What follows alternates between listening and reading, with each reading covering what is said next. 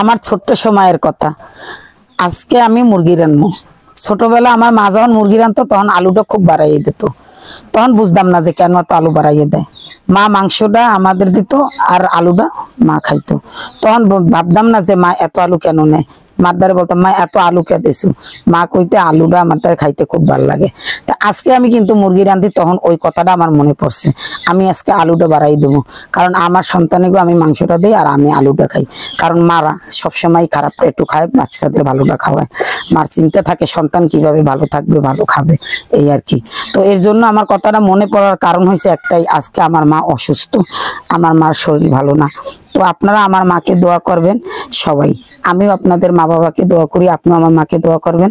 কারণ আমার বাবা নেই, আমার মা আছে। আমার মা অসুস্থ হয়েছে, আমার দ্বারা ভীষণ খারাপ লাগতেছে, এই আর কি। তো এর জন্য জানাইলাম আপনাদের, আপনারা দোয়া করবেন যেন আমার মা সুস্থ হয়ে যায়, ভালো হয়ে যায়, এই আর কি। তো মা সবার উপরে। মার মতো দরদ পৃথিবীর কারো হয় না।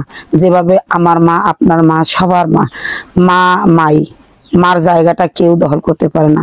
মার মতো সন্তানের কেউ আদর করে না, এটাই সত্যি।